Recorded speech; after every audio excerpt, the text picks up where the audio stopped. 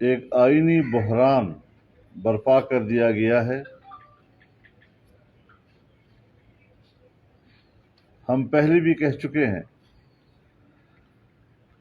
کہ ایک ڈکٹیٹر آئین کو اس طرح بے رحمی سے پامال نہیں کرتا جتنا کہ آمریت کی کوکھ سے جنم دینے والا عمران خان نے حالیہ اقدامات کے ذریعے سے ملک کے اندر آئینی بحران پیدا کر دیا ہے۔ ضرورت اس امر کی ہے کہ پوری قوم وطن عزیز کے آئین کے تحفظ کے لیے بیدار ہو، اور میں اپیل کرتا ہوں کہ آنے والا جمعہ یوم تحفظ آئین پاکستان کے طور پر منایا جائے گا۔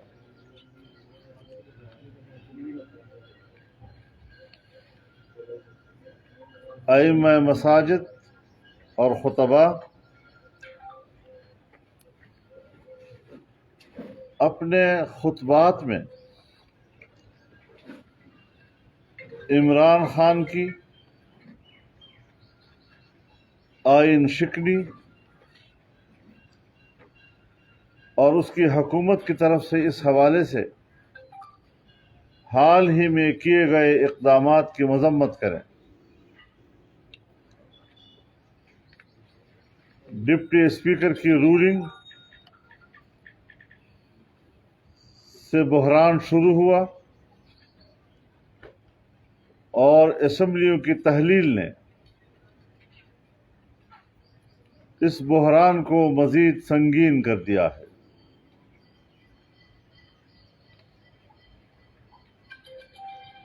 ملک میں انارکی کے حالات پیدا کیے جا رہے ہیں۔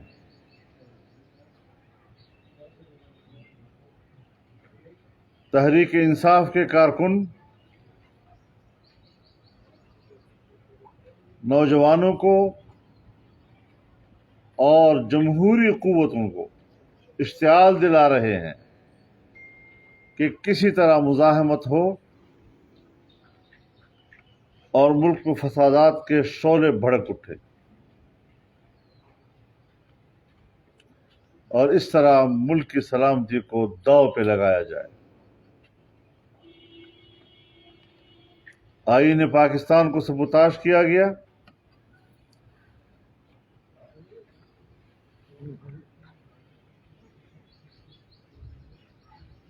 جو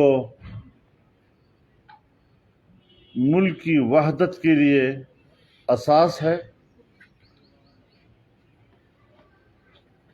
اور اگر آئین نہیں رہتا یا آئین کے ساتھ اس طرح کھلواڑ کیا جاتا ہے، اس کی اہمیت اور اس کی توقیر کو خاک میں ملایا جاتا ہے، تو پھر صاف ظاہر ہے کہ پاکستان کے وجود ایک سوالیہ نشان بن جائے گا، اور اس کے لیے پاکستانی قوم کو ایک آواز بن کر اٹھنا پڑے گا۔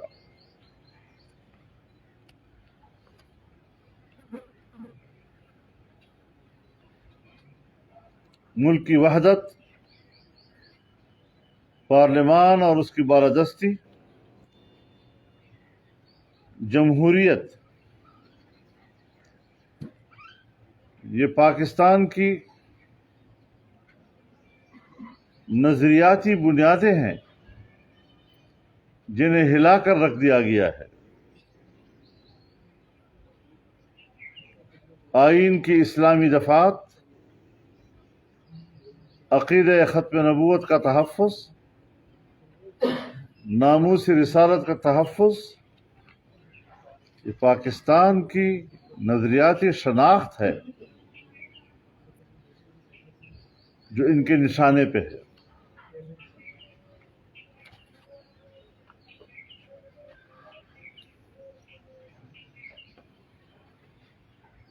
اس لیے انتہائی ضروری ہو گیا ہے کہ قوم بیدار ہو، جمعے کو یوم احتجاج بنائے، اور کارکن اور عوام مل کر ریلیاں نکالیں اور اس غیر جمہوری، غیر اخلاقی اقدام کی نفی کریں اور پاکستان کے ساتھ کھڑے ہو جائیں۔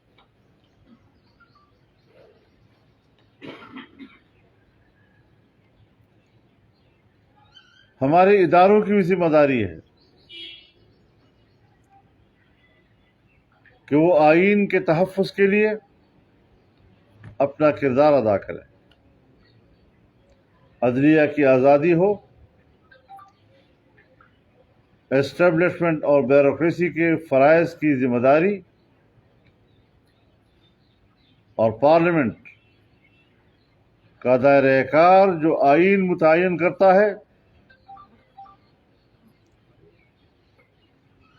اس کا تقاضا ہے کہ ہم اپنا کردار اس دائرہ کار کے اندر ادا کرنے کی ضمانت دیں۔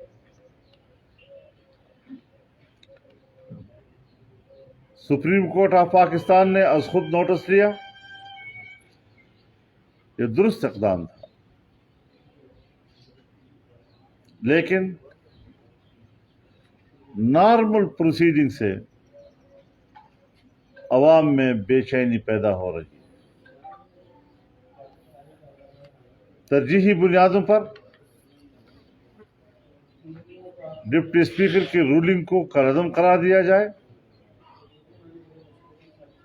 اراکین کو عدم اعتماد کا ووٹ استعمال کرنے کا حق دیا جائے، نئے وزیر اعظم کے انتخاب کا حق دیا جائے، اور پھر آئین کے تحت اپنی اختیارات کو استعمال کرتے ہوئے وہی آئندہ الیکشن کی تاریخ دیں اور اس کا شیڈول دیں۔ اس نام نہاد حکومت کے غیر آئینی اقدامات سے پاکستان کے اندر منصفانہ انتخاب کی کوئی توقع نہیں کی جا سکتی۔ ہم پہلے بھی کہہ چکے ہیں کہ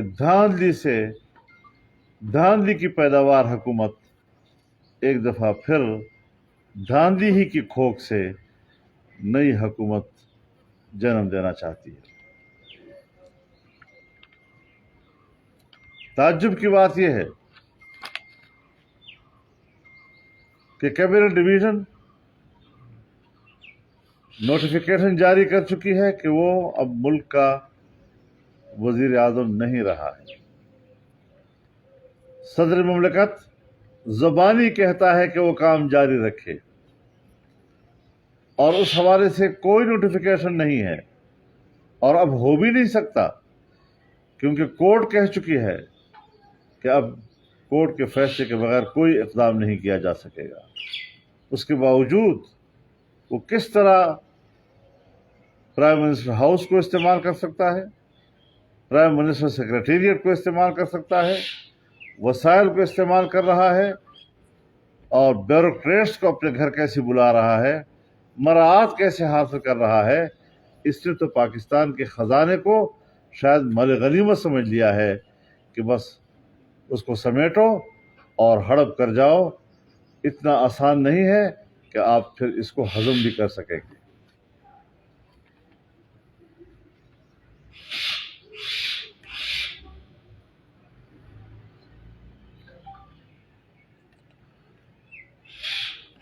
اس بات کا نوٹس لیا جائے،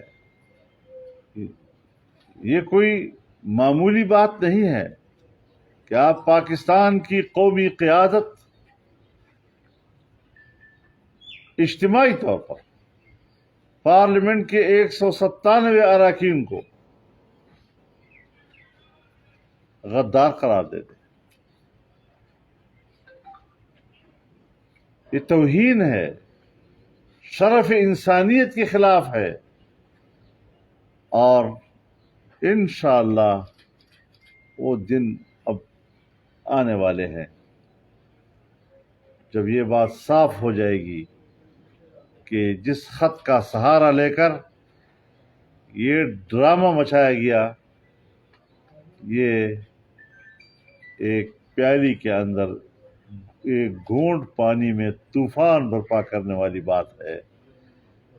یہ خط بھی جھوٹ ہے، اس کے مندرجات بھی غلط بیان کیے جا رہے ہیں، اور اس حوالے سے باقاعدہ سیکورٹی کمیٹی کے ذمہ داران نے اب یہ بات کہہ دی ہے کہ اس کے پورے متن میں کہیں بھی غیر ملکی مداخلت کے کوئی اثرات ہمیں نظر نہیں آئے۔ کیوں جھوٹ بولا جا رہا ہے؟ یہ خط تو روزانہ آتے رہتے ہیں، یہ تو روزمرہ کا معاملہ ہے، حقائق سامنے آ رہے ہیں، یہ جھوٹ نہیں چلے گا، اور یہ چند دن میں یہ خط بھی مر جائے گا اور خط کو لہرانے والا ہاتھ بھی شل ہو جائے گا۔ اس کی کوئی حیثیت انشاءاللہ العزیز نہیں ہوگی۔ ہم انشاءاللہ اب پبلک میں آئیں گے، اور آج انشاءاللہ العزیز متحدہ اپوزیشن کے سربراہان کا آج باقاعدہ اجلاس بھی ہوگا۔ میں نے درخواست کی ہے سب سے کہ وہ تشریف لائیں تاکہ اگلے مراحل کے لیے ہم ایک متفقہ موقف قوم کو دے سکیں۔ اور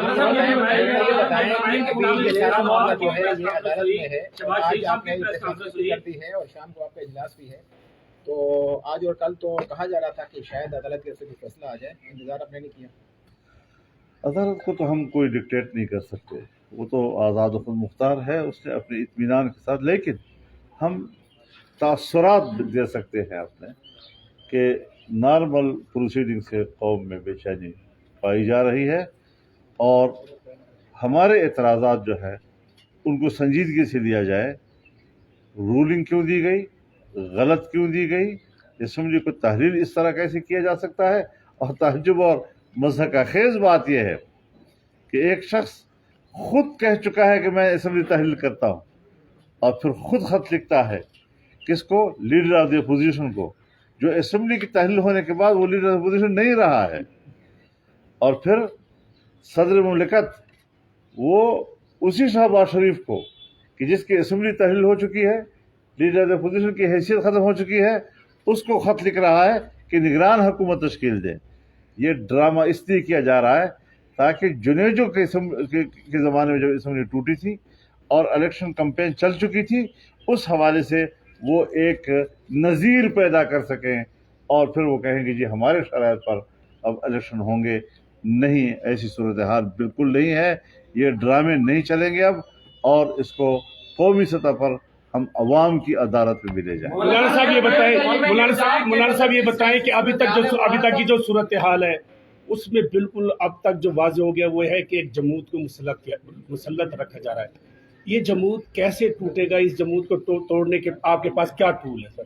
ہماری آپ نے 3 سالہ کارکردگی دیکھی ہے، ہم جمود کیسے توڑا کرتے ہیں۔ مولانا صاحب یہ بتائیے گا، پنجاب میں بدلتی سیاسی صورتحال جو ہے اس کو دیکھتے ہوئے حکومت یہ فیصلہ کرنا چاہ رہی ہے کہ پنجاب میں گورنر راج لگا دیا جائے، پنجاب کے حوالے سے کیا کہیں گے سر؟ کوئی گورنر راج نہیں لگے گا، اسمبلی کا اجلاس بلا لیا گیا ہے، اور بلانے کے باوجود اب وہاں خاردار تارے اور پولیس لائی گئی ہے تاکہ ممبران اسمبلی کے اندر نہ جا سکیں۔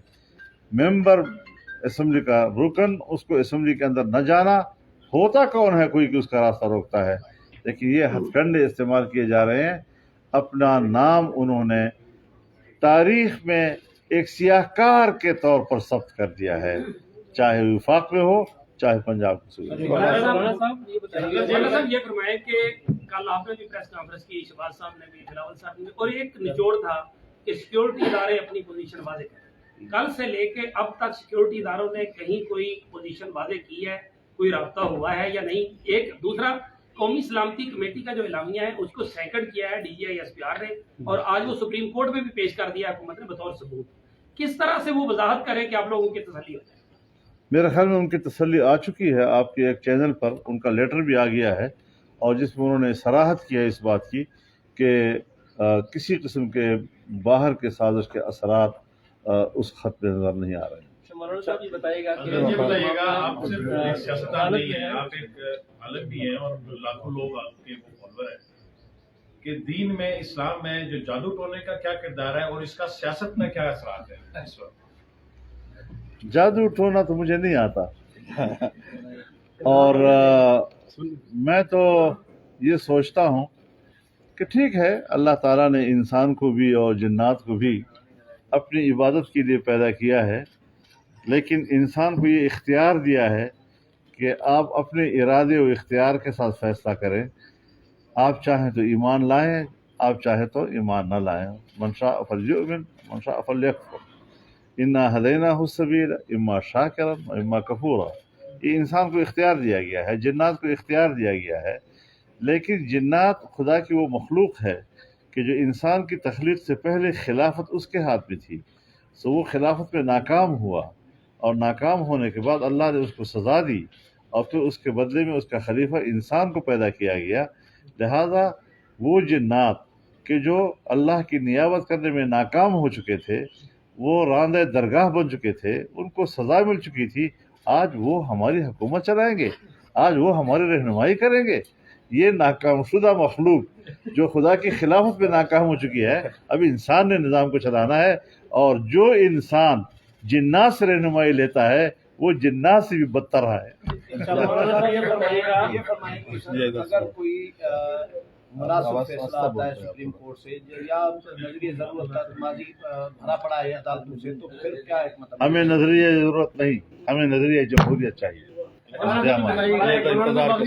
مولانا صاحب ایک سوال لے لیں.